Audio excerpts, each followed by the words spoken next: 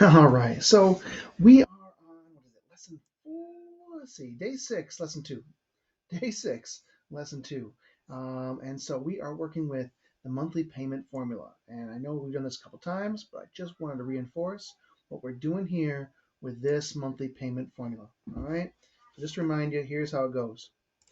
Whoop, I don't want this in the way yet. Juliana is taking out an $8,700 3.5-year loan with an APR annual percentage rate of 9.31%. What will the monthly payment be for this loan? What will be the monthly payment for this loan? Okay, so we have the monthly payment formula here for you. Just take a look at that. Maybe pause this video right now and just take a look at this and maybe play around and see what you can do. Okay, great. Magic of video, you're able to pause me and then give this a shot. I do want you to take a shot at this before I show it because you'll learn more through experimentation and just playing around with these. So let me see if I can get this. All right, great. I can get the calculator to share the screen with this monthly payment formula.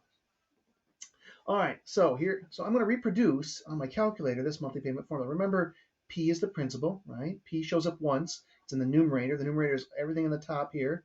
This is a division bar, okay? And remember, there's implied parentheses when you have a division bar. It's like a fraction, right? You have to do all of this and then do all of that, and then take the number you get here and divide it by the number you get there, all right? All right, so there's the principal. Principal times, with this parentheses here, it has implied multiplication. The R, which is the interest rate, right? R divided by 12 multiplied by the expression 1 plus the rate divided by 12, right? What is the rate divided by 12? It's doing that, so it divides that rate. The rate's being divided by 12 because there are 12 months in every year, right? So it's dividing that annual percentage rate into a monthly percentage rate to run this calculation. So it's 1 plus the rate divided by 12 raised to the power of, remember we get this little superscript here, this is an exponent, raised to the power of 12 times t, and t is the number of years. Why are we multiplying t by 12? Because there's 12 months in every year. All right, so 12 times the number of years, guess how many months this calculation is going to run. All right, divide that by the expression 1 plus the rate divided by 12 again, raised to the power of 12 times t again, minus 1. So notice that rate shows up 3 times. R shows up 3 times, here, here, and here. And t shows up twice. Principal shows up once. So I'm going to use my calculator to just kind of run through this machine. Yeah, right? Use the machine to do the work for me. My principal. First, I'm going to press alpha, y equals, right, to get into that n over d, right? N divided by d, that's numerator over denominator. I'm going to press enter here, which gives me that division bar, just like I have this formula here. I have to start with P, the principal.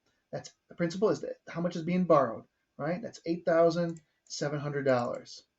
All right, parentheses, just like I've got a parentheses here, R divided by 12. Remember, it's the percentage rate expressed as a decimal. All right, so you have to convert this to a decimal. Now, I know what it's going to be. It's going to be 9.31 divided by 100, which is 0.0931. All right, I can kind of do that in my head. If you're not sure, here's what you could do, actually.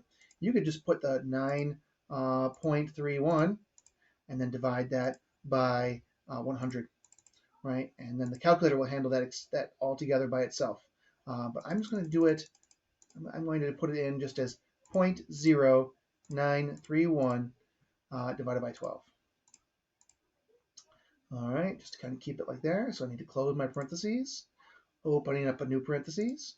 1 plus r over 12 again. Remember, that's 0.0931. Sorry, I got some music lessons going on in the house right now. Divided by 12. All right, 0.0931 divided by 12.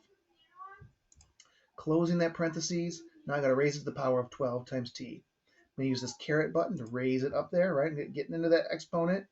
12 times t. What's t? T is the number of years. It's 3.5. How would we express that as a number? That's going to be 3.5, right? 3.5, 3.5. All right, I'm done with the numerator. I got the numerator. Now I'm going to press down to get into that denominator. All right, I'm going to do this then. Parentheses, 1 plus r divided by 12. That's the interest rate, 0.0931 again. That's the rate divided by 12, right? Closing that parentheses just like it has right there. Raising it up to the power of 12 times t, raising to the power of 12 times t, 12 times, what was that, 3.5? So 3.5, 12 times 3.5.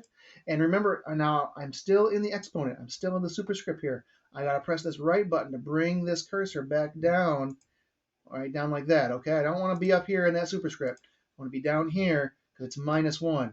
I don't want to do 12 times t minus 1. I want the minus 1 to be after this whole expression here has been calculated. So minus 1.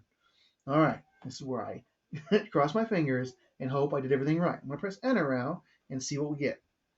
All right, and now we have to ask ourselves, is that a reasonable answer? Is $243.52 a reasonable monthly payment for a loan of $8,700? Yeah, that's pretty decent, right? It's like if this was $2,000 or something, that'd be way too much. It can't possibly be that much. If it was $10, it can't possibly be that small, right? So you have this idea of, okay, once you have your response, is the response reasonable? And yeah, so you can put $243.52 in there. All right, that's how to run these if you want to do it that way.